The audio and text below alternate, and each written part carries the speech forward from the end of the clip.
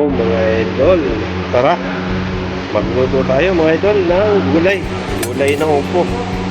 Ayan, na-prepare ko na ang ating mga sangkap. Ayan, bawang, ang sibuyas, kamatis.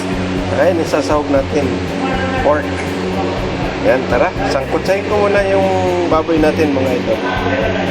Okay, ayan na mga idol, pagkulayin lang natin itong ating baboy.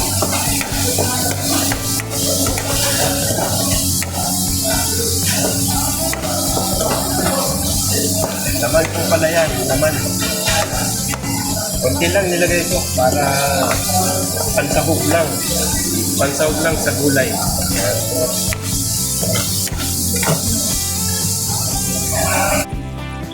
Ayan na mga idol, medyo mapula na yung ating sinangkot ng baboy. Pansahog. Dito na rin tayo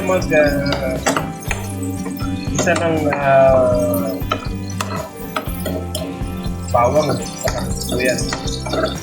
Gigilid lang natin yung ating karne. Okay. Ayan na, pagkulan na mga idol. Ayan, lagay na natin yung ating bawang.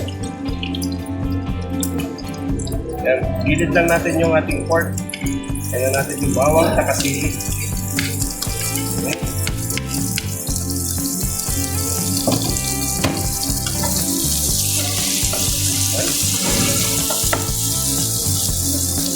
Labasin lang natin ang aroma ng bawang. Okay.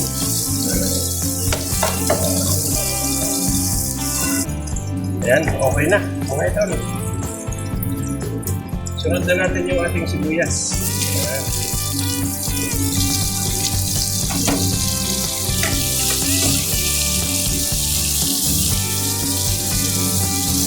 Ayan, lutuin lang natin yung sibuyas. Palabasin natin yung aroma. Ayan, medyo okay na. Lagyan na natin yung ating kamatis. Yung ating kamatis.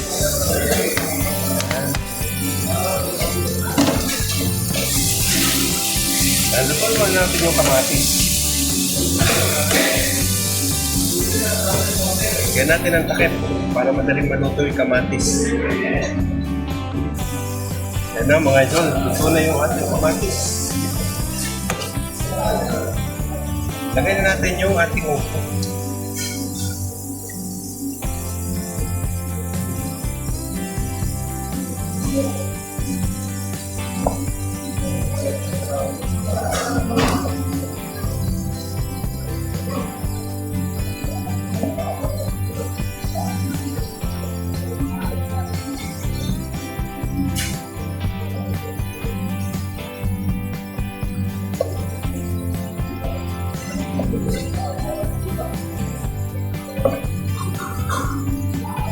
Yan, puno, saka serum. Okay.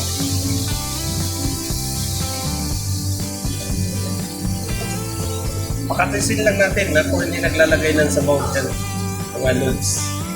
Sariling sabaw ng upo. Yan. Okay. Takpan na natin, mga idol, para lumawas yung katas niya. Lagyan na pala natin ng asin. Konti lang asin natin.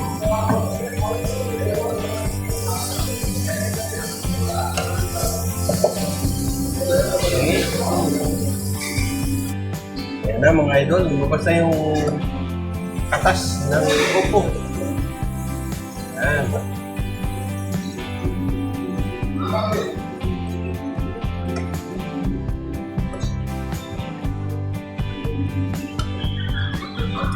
Na mga idol. Okay.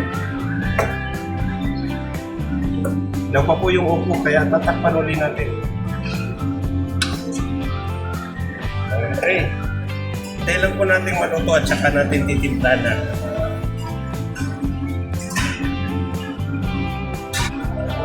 Yan na po, dagdagan natin ng kunting asin. Medyo matabang pa.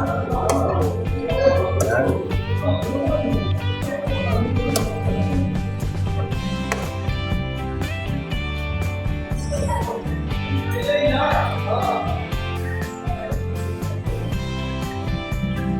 Yan, lagyan rin natin ang seasoning.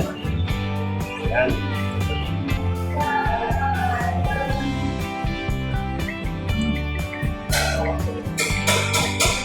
Okay, tama na po yun. Kunti lang.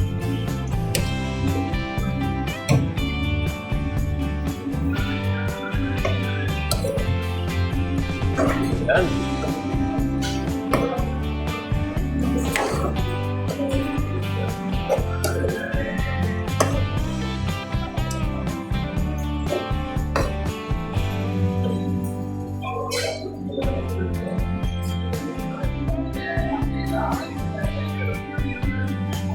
Ano po natin kung ano ba ang kulang.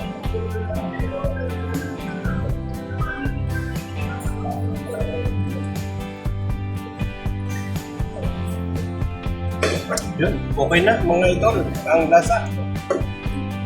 Okay, takluban po na uli natin. Medyo hilaw pa yung ating upo. Ayan na mga idol, luto na yung ating binisang upo. Yan. Okay.